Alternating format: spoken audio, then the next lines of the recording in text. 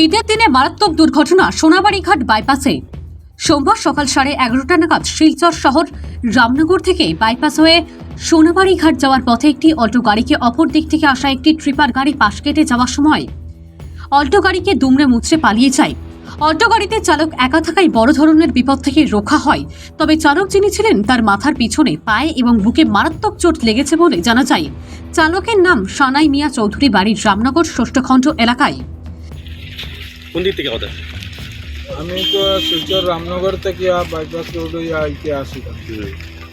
তারপর আসার পরে সৈদপুরের একটা টিপ্পার, আগে একটা টিপ্পার আর অপোজিট থেকে আর ও টিপ্পারে ওভারটেক করিয়া আইয়া আমি রাইট সাইডে আসলাম, আমার কারো পুরা মারিয়া কার ড্যামেজ করে দিছে।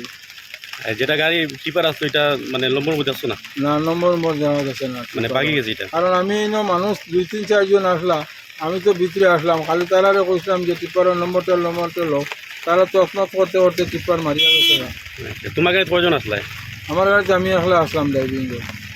তোমার কি জখম কেমন হয়েছে? জখম হয়েছে, পিছনে ঘটনার জখম হয়েছে, পাওয়া জখম হয়েছে, বহুত একটু চাপ পাইছি। তোমার নামটা? সানাই মিয়া চৌধুরী। বাড়ি কোন জায়গা? বাড়ি হইল কি তো রামনগর পার্ট 6। আচ্ছা, ঠিক আছে।